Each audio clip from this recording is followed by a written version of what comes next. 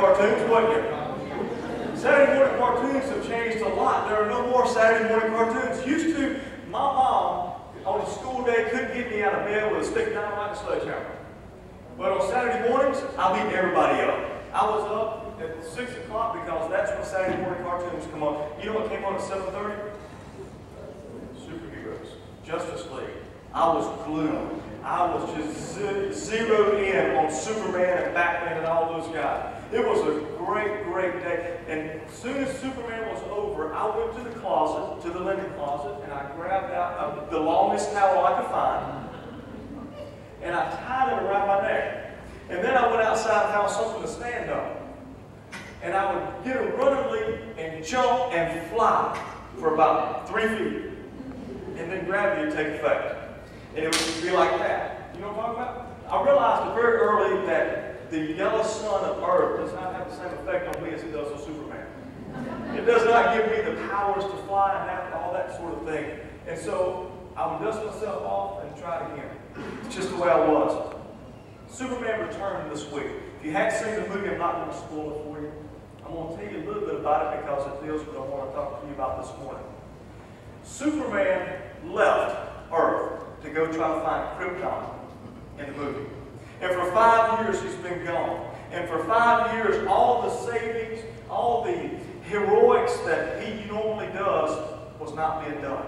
The Earth is in turmoil. There's wars going on. There's robberies. Crime statistics are just going through the roof. And Superman is gone. Even Superman's arch enemy, Lex Luthor, who he put in a jail before he left, has gotten out of prison because Superman wasn't there to testify at the trial. A lot of people have some hurt feelings. Even Lois Lane, his #1 friend, writes an article for the Daily Planet. Why the world doesn't need Superman. Wins a Pulitzer Prize for it. And then, as quick as he's gone, he's back. And he flies in saving the day. He keeps planes from crashing. He keeps automobile accidents from happening. He keeps people from falling off of buildings by swooping down. He even saves the whole city metropolis from an earthquake. It was amazing. And yet, Lois Lane, while talking to him one night, says, the world doesn't need a Savior, and neither do I. The scene you just saw. Later on in the movie, he takes her and he flies her around Metropolis and the cities below him. And he stops and he pauses and he says, what do you hear? She says, I don't hear anything. Superman says, I hear everything. And I hear all those people, when you have said they don't need a Savior, I hear them all screaming for one. Watch the news any day. A lot of things going on in our world, isn't it? So a lot of things going on in our world, and if you watch the news, you see wars, you see famine, you see hunger, you see murder, you see all kinds of stuff that just turn your stomach. You come out of a movie like Superman, and I don't know if you're like me or not, but for a little bit I said, wouldn't it be nice if we had a Superman to come and save the day? We got Jesus.